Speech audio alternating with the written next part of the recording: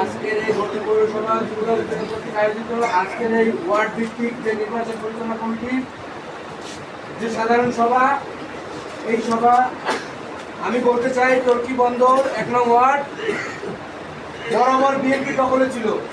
টর্কি বন্দর ভিক্টোরিয়া মাধ্যমিক বিদ্যালয় এটা হচ্ছে সেন্টার, এটা বিএনপির দুর্গ। যতগুলো জাতীয় নির্বাচন হয়েছে সবগুলোতে সবসময় বিএনপি ওইখানে পাস করছে। বিএনপির ওইখানে কোনো ফেল নাই। সেই দুর্গকে আমরা ধরে রাখবো জনাব তরিকুল সবার নেতৃত্বে এবং আপনাদের সহযোগিতায় আমরা ওই দুর্গকে আবার আপনাদের উপরে আপনাদের কাছে আমরা উপহার হিসেবে দেবো ইনশাআল্লাহ। শুনেছি ইনশাআল্লাহ।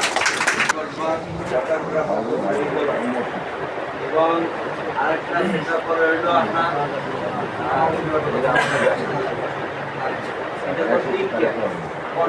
একটা পরে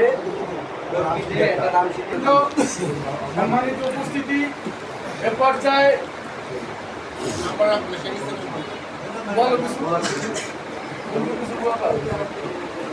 ওয়ার্ড ভিত্তিক সবাই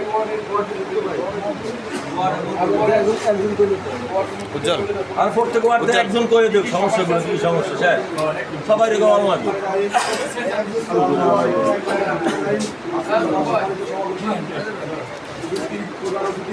একজন করে ওয়ার্ড করতে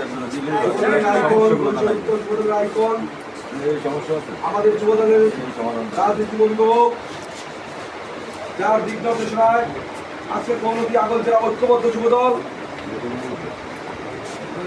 আমাদের সেই বড় ভাই সাইদুল খান চন্দু, তিনি অনেক অসুস্থ, তারপরও আমাদের মধ্যে উপস্থিত হয়েছে।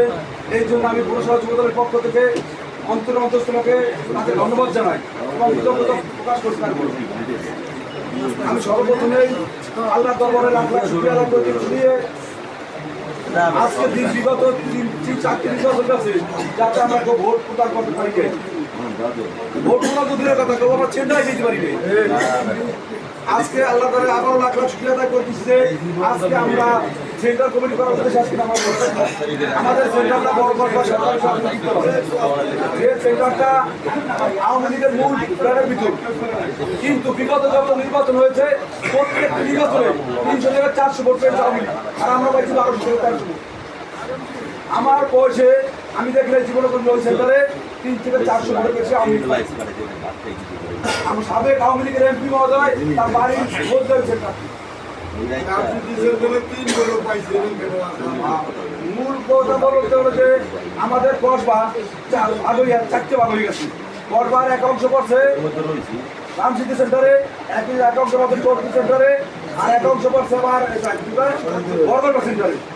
মানে আমার কসবার একটা গ্রাম ভাগ হয়ে গেছে, 3টা সেন্টার সেহেতু